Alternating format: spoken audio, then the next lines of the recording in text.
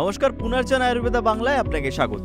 আজ আমরা কথা বলবো প্রায় ৫,০০০ বছর ধরে টিকে থাকা ভারতের এক ঐতিহ্য নিয়ে। তা হলো আয়ুর্বেদা, অর্থাৎ জীবনের বিজ্ঞান। আয়ুর্বেদের কেন্দ্রবিন্দুতে রয়েছে তিনটি দোষ: বাত দোষ, পিত্ত দোষ এবং কফ দোষ, যা শরীর ও মনকে পরিচালিত করে। বাত অর্থাৎ আকাশ ও বায়ুর গুণ নিয়ে চলাফেরা ও সৃজনশীলতা নিয়ন্ত্রণ করে।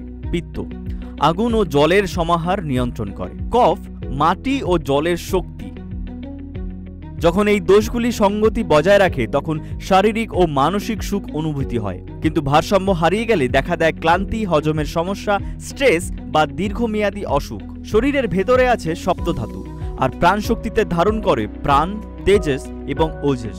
এই আভ্যন্তরীণ শক্তিগুলি সঠিক পরিচর্যা করলেই গড়ে ওঠে একটি শক্তিশালী ইমিউন সিস্টেম। চরক, সুশ্রুত, বাগভট্ট এই মহান ঋষিদের লেখা শাস্ত্রগুলিতে রয়েছে এমন জ্ঞান যা আধুনিক বিজ্ঞানও আজ মাথা নত করতে শেখে। তারা জানতেন শুধু লক্ষণ নয়, মূল কারণ দূর করলেই রোগ সেরে যাবে।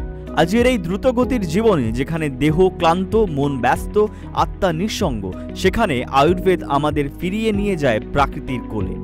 আয়ুর্বেদ শুধু একটি চিকিৎসা নয়, একটি জীবন চর্চা। ভিডিওটি ভালো লাগলে লাইক করুন, কমেন্ট করুন, শেয়ার করুন, সাবস্ক্রাইব করুন পুনর্জন আয়ুর্বেদা বাংলা।